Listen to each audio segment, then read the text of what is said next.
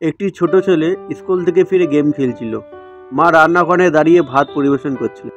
মা ডাকলেন, খোকা গরম ভাত দিয়ে রেখেছি, এসো খেয়ে নাও। তখন খোকা বিরক্ত হয়ে বললেন, মা আমি পরে খাবো, এখন আমাকে বিরক্ত করো না।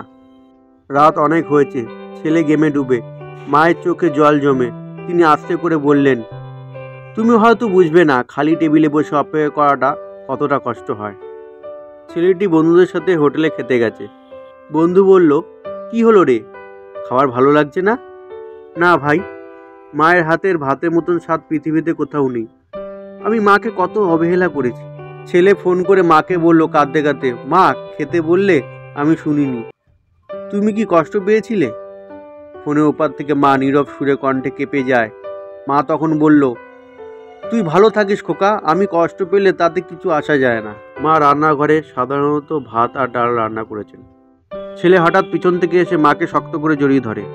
ছেলে কাঁদতে কাঁদতে মাকে বলে, মা আর কোনোদিন তোমার হাতে ভাত না খেয়ে থাকবো না। তোমাকে কত কষ্ট দিয়েছি, আমাকে মাফ করে দাও। মা ছেলেকে বুকে টেনে নেয়, চোখের জল মুছে দেয়। মা তখন বললেন, তুই আমার খোকা, আমি কি তোর উপর কোনোদিন রাগ করতে পারবো? টেবিলে রাখা ভাত ও ডাল মা আর ছেলে মিলে একসাথে খেতে লাগলো। সর্বশেষে একটা কথা না বললেই নয়, মায়ের হাতের ভাত শুধু খাবার নয়, ওটা সন্তানের জীবনের আশীর্বাদ।